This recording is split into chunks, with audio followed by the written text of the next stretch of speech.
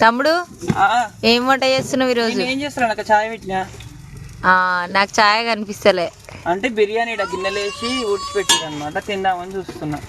వేడి చేస్తున్నావు? వేడి లేదు. అబ్బా మా తమ్ముడైతే నేను బిర్యానీ వేడి చేస్తుండ అనమాట. లేదక్క బిర్యానీ వేడి చేస్తలేను నేను. ఇటు చూసి నిజం చెప్పు. చూడ ఎందుకురా మనిషి మొహం చూస్తే అబద్ధం చెప్పబుద్ధి కాదు కదా. మొహం చూడనంతసేపు అబద్ధం చెప్తారు.